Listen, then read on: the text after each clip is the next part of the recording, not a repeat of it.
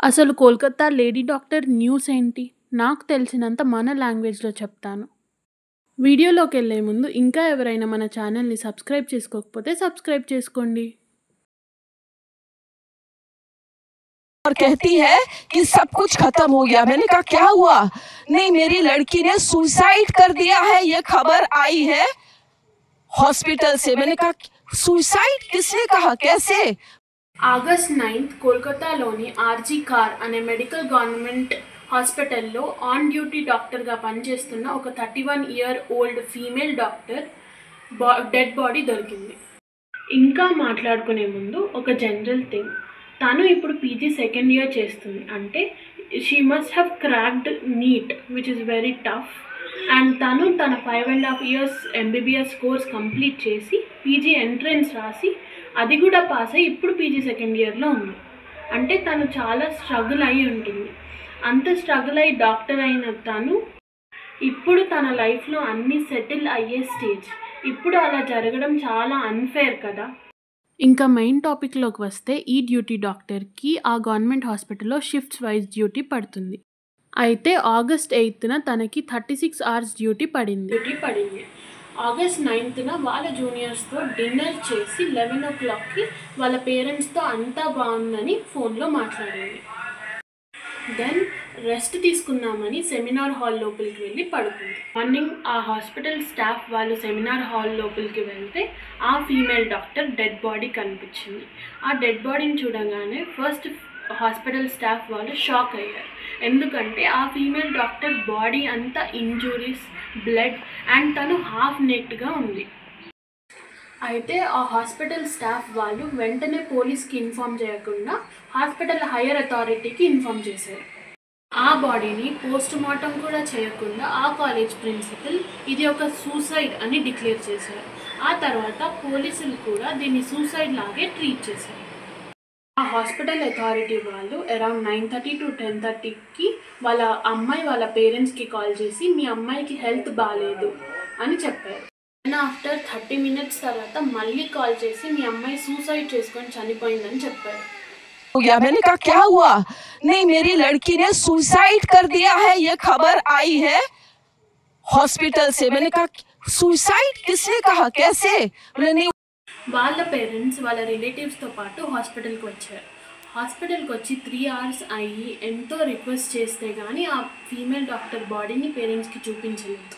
మన పేరెంట్స్ మనకి చిన్న దెబ్బ తగిలితేనే ఎక్కడున్నా వచ్చి చూడాలని ఉంటారు. అలాంటిది వాళ్ళ అమ్మాయి సూసైడ్ చేసుకుంది అని విన్న ఆ పేరెంట్స్ ఎంత బాధపడి ఉంటారు.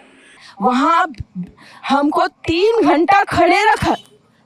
एक पेरेंट्स जिनकी बच्ची 31 years old की ऐसी खत्म हो जाती है, उनको 3 घंटा खड़ा रखा और ये हाथ जोड़ती रही, माँ बाप हाथ जोड़ते रहे, हमें एक बार दिखाओ, हमारी बच्ची का मुंह एक बार दिखाओ. వాళ్ళ కన్న కూతుర్ని చూసే రైట్ వాళ్ళకి 3 hours రిక్వెస్ట్ చేస్తే కానీ రాలేదు. పేరెంట్స్ లోపలికి వెళ్ళి బయటికి వచ్చాక చెప్పిన 3 విషయాలు ఇది సూసైడ్ కాదు అని ప్రూవ్ చేస్తాయి. అవి ఏంటంటే 1 తన బాడీ మొత్తం ఇంజూరీస్ ఇంకా బ్లడ్తో ఉంది. 2 తన బాడీ హాఫ్ నేక్డ్గా ఉంది. అండ్ 3 తన పెల్విక్ గర్డిల్ అనేది విరిగిపోయి కాళ్ళు రైట్ యాంగిల్లో పడి ఉన్నాయి. Dead body of the girl जिसके मुंह में खून था, फोटो खींच के लाके मुझे दिखाते हैं. उन बच्ची का शरीर में कोई कपड़ा नहीं था, पैर दोनों राइट एंगल में मिला गया.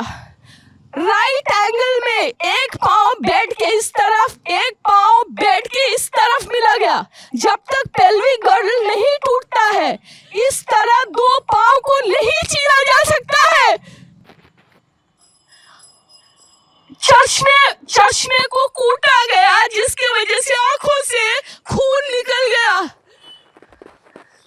गले में गला दबाकर मारा गया. और पूरा ये जो मैं बोल रही हूँ, ये पूरा पोस्टमार्टम रिपोर्ट में वायरल हुआ. ఇది విన్న ఎవరికైనా ఇది సూసైడ్ లాగా అనిపించదు కదా. ఈ ఇన్సిడెంట్ అయిన 2 hours లోపలే చుట్టుపక్కల ఉండే హాస్పిటల్స్ ఇంకా డాక్టర్స్కి ఈ విషయం తెలిసిపోయి ఆ హాస్పిటల్ చుట్టూ ప్రొటెస్ట్ చేయడం స్టార్ట్ చేశారు.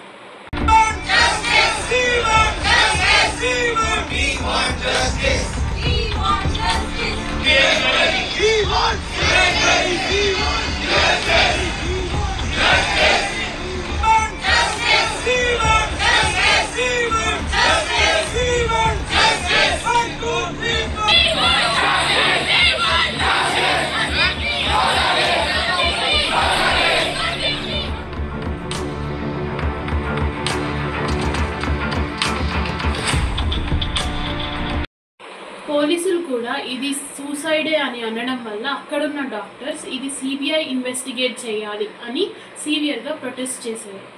వాళ్ళ పేరెంట్స్ చెప్పిన ఇంకొక విషయం ఏంటి అంటే ఆ లేడీ డాక్టర్ పెట్టుకున్న స్పెక్స్ అనేవి ఇరిగిపోయి కళ్ళల్లో గుచ్చుకొని కళ్ళు బ్లీడ్ అవుతున్నాయి అని చెప్పారు. అయితే ఈ కేసుని సిబిఐ ఇన్వెస్టిగేట్ చేయాలి అని అడ్మినిస్ట్రేటివ్ వాళ్ళని ఇంకా కాలేజ్ వాళ్ళని రిక్వెస్ట్ చేశారు.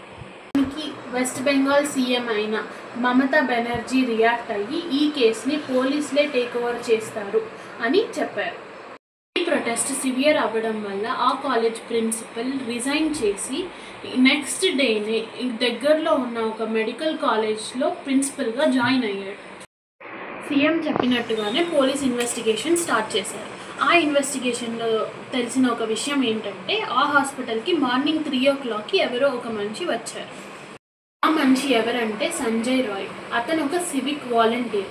సివిక్ వాలంటీర్ అంటే గవర్నమెంట్కి ఇంకా పబ్లిక్కి మధ్యలో ఉండే మీడియేటర్. సివిక్ వాలంటీర్స్ అంటే ఎలాంటి ప్రాఫిట్ ఆశించకుండా పబ్లిక్కి హెల్ప్ చేసేవాళ్ళు. అయితే ఈ సంజయ్ రాయ్ ఆ హాస్పిటల్కి పబ్లిక్ని తీసుకొచ్చి ట్రీట్మెంట్ తక్కువ ఖర్చుతో చేపించి వాళ్ళ దగ్గర కమిషన్ తీసుకునేవాడు. ఈ సంజయ్ రాయ్ పొలిటికల్ పార్టీలో కూడా ఒక మెంబర్ అన్న. చాలా రోజుల నుంచి హాస్పిటల్ అథారిటీకి ఇంకా ఇతనికి కనెక్షన్ ఉందంట. ఈ ఇన్సిడెంట్ అయిన ముందు రోజు ఆ సంజయ్ రాయ్ ఒక పేషెంట్ని ట్రీట్మెంట్ కోసం తీసుకొచ్చారు. ఆ ట్రీట్మెంట్ అయ్యేంత వరకు ఉండి ఆ పేషెంట్ తాలూకు రిలేటివ్స్తో ఫుల్గా మందు తాగారు. ఫుల్గా తాగిన సంజయ్ 9th రోజు మార్నింగ్ 3 o'clockకి మళ్ళీ హాస్పిటల్ లోపలికి వచ్చాడు. హాస్పిటల్ అంతా ఒక రౌండ్ వేసి మళ్ళీ 3rd floorలో ఉన్న సెమినార్ హాల్ లోపలికి వెళ్ళాడు. సెమినార్ హాల్లో ఉన్న లేడీ డాక్టర్ని రేప్ చేసి కొట్టి చంపాడు. ఇది పోలీస్ వాళ్ళు సీసీటీవీ ఫుటేజ్లో చూసి చెప్పిన ఇన్ఫర్మేషన్. ఇంటరాగేషన్లో ఆ సంజయ్ రాయ్ని ఇన్వెస్టిగేట్ చేస్తే తను తప్పు చేసినట్టు ఒప్పుకోలేదు. అయితే పోలీస్ వాళ్ళకి ఆ సెమినార్ హాల్లో ఒక బ్లూటూత్ దొరికింది. ఇంటరాగేషన్ టైంలో ఆ బ్లూటూత్ అతని ఫోన్కి ఆటోమేటిక్గా కనెక్ట్ అయిపోయింది. దీంతో పోలీస్ వాళ్ళు ఇతనే తప్పు చేశారని కన్ఫర్మ్ చేశారు. ఇంటరాగేషన్లో అవును నేనే చేశాను, ఏం చేసుకుంటారో చేసుకోండి అని సంజయ్ స్టేట్మెంట్ ఇచ్చాడు. సంజయ్ రాయ్ హిస్టరీలోకి వెళ్తే అతనికి 4 పెళ్ళిళ్ళు అయ్యాయి. ఇంకా అదే హాస్పిటల్లో పనిచేసే 2-3 డాక్టర్స్తో కూడా మిస్బిహేవ్ చేసినట్టు కంప్లైంట్స్ వచ్చాయి. ఈ కేసులో మిస్టరీ ఏంటంటే ఇలాంటి హిస్టరీ ఉన్న సంజయ్ని పోలీసులు ఎందుకు సూసైడ్ అని చెప్పి సేవ్ చేయాలనుకుంటున్నారు? ఇందులో ఇంకా ఇన్ఫ్లుయెన్స్ ఉన్న పర్సన్స్ ఎవరైనా ఉన్నారా? ఇప్పుడు ఆ లేడీ డాక్టర్ పోస్ట్ మార్టం రిపోర్ట్స్కి వస్తే మనకి 4 facts తెలుస్తాయి. 1, తన పెల్విక్ గర్డిల్ ఇంకో కాలర్ బోన్ విరిగిపోయి ఉన్నాయి. 2, తన గొంతుని గట్టిగా ఒత్తి పెట్టడం వల్ల తన నోట్లోంచి ముక్కులోంచి రక్తం రావడం స్టార్ట్ అయింది. 3, ఆ లేడీ డాక్టర్ బాడీలో 151 mg సీమెన్ అనేది దొరికింది, which proves that it's a gang rape. 4, specs glass కళ్ళలో గుచ్చుకోవడం వల్ల బ్లడ్ అనేది క్లాట్ అయింది. ఈ కేసులో ఇంకొక మిస్టీరియస్ థింగ్ ఏంటంటే సెమినార్ హాల్కి దగ్గరలో ఉన్న ఒక రూమ్ వాల్స్ని కూల్ చేస్తుంది. కానీ ఇక్కడ ఎవిడెన్స్ని ట్యాంపర్ చేసే ఛాన్స్ ఉండొచ్చు. ఫైనల్లీ ఈ కేసుని పోలీస్ నుంచి సిబిఐ ఇన్వెస్టిగేషన్కి తీసుకుంది. ఈ కేసులో సంజయ్ రాయ్ ఒక్కడైనా ఇంకా ఎవరైనా ఉన్నారా అనేది సిబిఐ ఇన్వెస్టిగేషన్ వరకు వెయిట్ చేయాలి. ఇది డాక్టర్స్ ఇన్సిడెంటే కాదు, మన అందరిది.